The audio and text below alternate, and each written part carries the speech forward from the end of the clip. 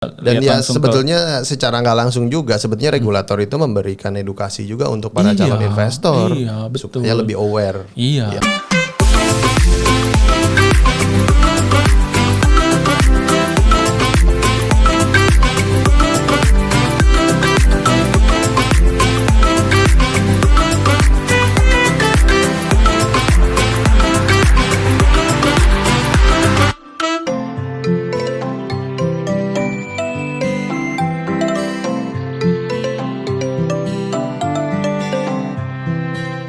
Gitu. Nah, selain laporan keuangan sama perkara hukum tadi, ada satu lagi terkait compliance. Oke. Terkait compliance. Nah, compliance itu berarti kan pemenuhan kewajiban lah ya pemenuhan intinya kan. kepatuhannya di terkait perusahaan. peraturan-peraturan yang ada. Ya. Nah, salah satunya itu kan kalau perusahaan atau emiten wajib melaksanakan RUPS tahunan kan, untuk benar. melaporkan kalau nggak salah untuk melaporkan kinerjanya selama setahun ya. Betul. Kan? Makanya apa aja sih yang dilaporin tuh? Kan biasanya setelah laporan keuangan baru dia bisa mengadakan RUPS. Iya. Karena itu harus melaporkan kinerja di tahun sebelumnya. Iya, disahkan si kinerjanya, laporan-laporannya, terus juga kalau ada pergantian direksi atau komisaris betul. di RUPS tahunan itu. Pergantian KAP juga. Yes. Nah, di peraturan OJK itu dibahas terkait kewajiban untuk melakukan RUPS tahunan. Kalau nggak salah 6 bulan, maksimal 6 bulan setelah tutup buku, setelah laporan keuangan. Nah, setelah tutup buku. Nah, jika ada perusahaan yang tidak melakukan RUPS tahunan di tahun buku tersebut. Bentar, ini tidak melakukan apa terlambat melakukan? Tidak melakukan. Oke. Tidak melakukan dalam arti ya terlambat. Berarti kan dia belum sama sekali nih. Iya. Untuk saat ini belum melakukan. Iya, belum melakukan RUPS tahunan sampai dengan batas waktu yang diatur oleh peraturan OJK tersebut. Itu langsung dikenakan notasi khusus berupa Y. Y itu artinya year, betul. Karena RUPS tahunan. Oh, oke. Gitu. Jadi di situ investor juga bisa aware. Oh, dia kena notasi Y nih. Dia belum menyampaikan, dia belum melakukan kewajibannya berupa RUPS tahunan. Makanya itu terkait compliance tadi kan. Dan ada juga sebenarnya yang lebih detail itu dari sanksi OJK. Sanksi OJK itu yang ngasih adalah OJK lah, sanksinya bisa berupa administratif atau sanksi apapun, denda mungkin ya. Kita nggak tahu, itu terkait pelanggaran di pasar modal. Itu ada notasinya tuh, ada F, ada G, ada V. Yang gua pahami F itu fault, G itu guilty, V itu gua nggak tahu apa. Gue nggak tahu apa. Yang jelas salah kan. Fault salah, guilty salah. V apa ya? Gue juga nggak tahu. Jadi intinya sih ya tentang compliance tadi. Tentang compliance. Dan itu wewenangnya semua ada di OJK. Begitu dia kena sanksi administratif atau sanksi dari OJK, itu nanti ada notasinya. Karena itu juga sebagai bentuk awareness si investor dong. Karena si investor kan, wah dia kena sanksi nih dari OJK, berarti kan ada suatu pelanggaran yang dilakukan, pelanggaran atas peraturan atau ketentuan di pasar modal.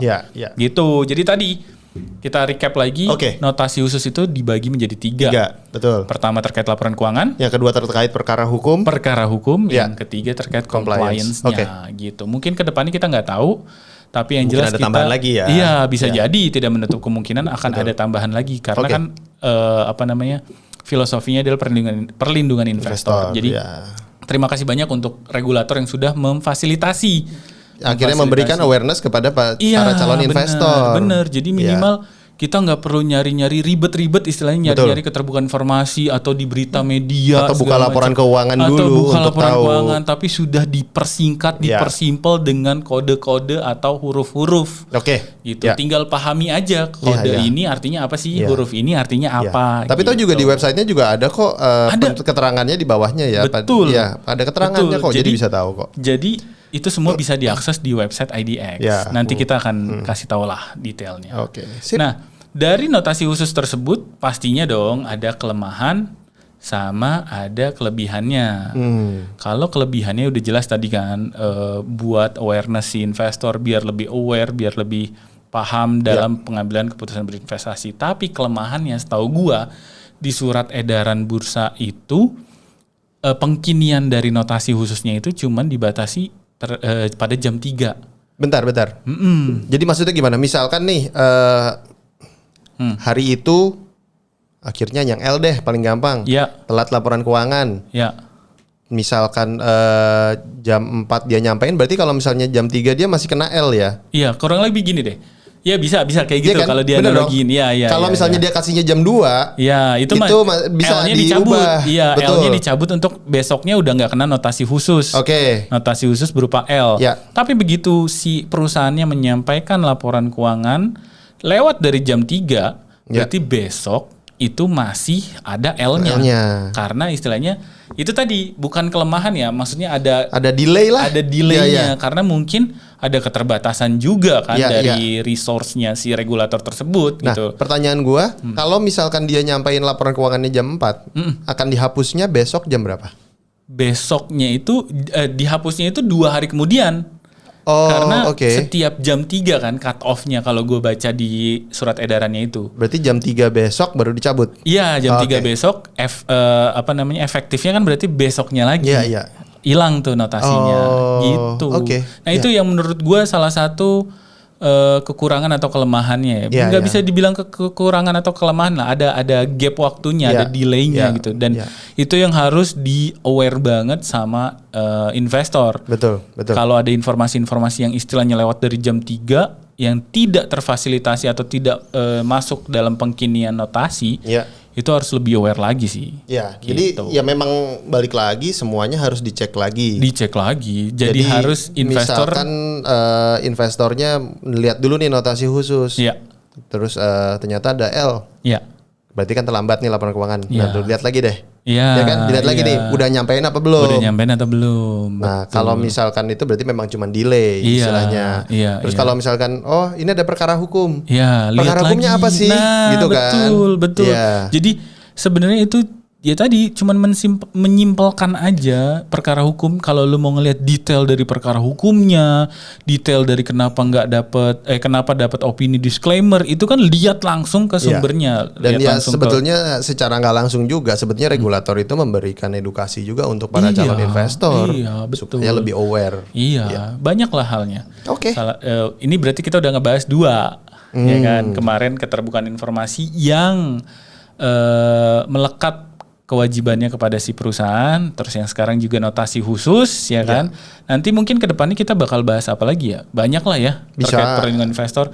Mungkin kita juga bisa ngundang narasumber betul dari yang istilahnya lembaga yang buat perlindungan investor gitu. Atau profesi penunjang untuk yang opininya atau kerjaannya sebagai bagian dari perlindungan investor. Ya kayak tadi berarti untuk laporan keuangan misalkan kantor akuntan publik, kapan dia mengeluarkan opini adverse, kapan dia mengeluarkan opini disclaimer. Atau misalnya kalau mau perusahaan mau nerbitin obligasi atau suku, itu kan ada Pevindo tuh ada ratingnya yang mengeluarkan rating, ada Pevindo, ada Fitch, ada Moody's banyak lah gitu.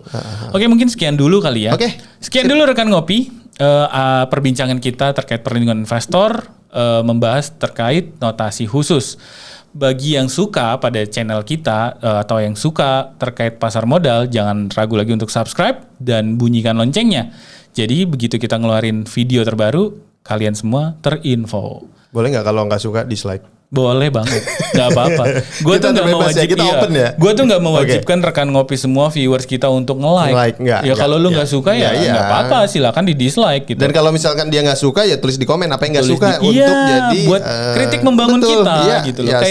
Kayak kemarin kan kita udah berubah jadi dua angle gini, dua kamera gini, itu masukan juga dari para viewers kan. Ini beli ini. Kalau yang ini beli sekarang. Udah jual ginjal. Ya kalau kemarin pinjam aja. Curhat deh.